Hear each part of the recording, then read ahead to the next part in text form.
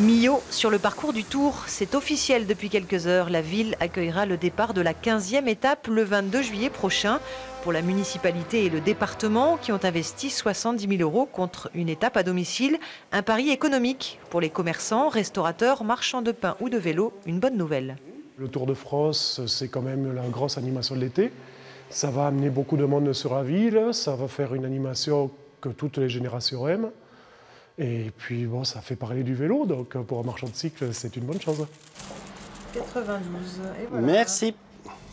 Ça ne peut être que positif, parce qu'en fait, ça va drainer beaucoup de personnes.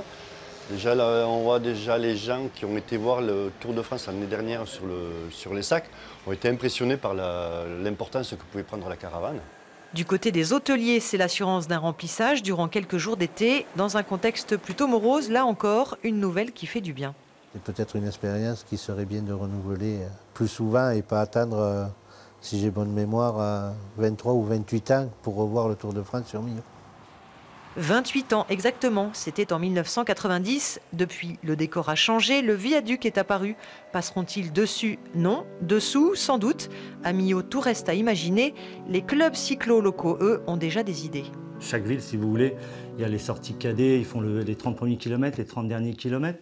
Donc ça peut être intéressant pour nos jeunes. Et puis pour le jeune de l'Aveyron, voilà, c'est essayer de voir comment on peut organiser ça et puis voir ce qu'on peut organiser autour justement de Millau.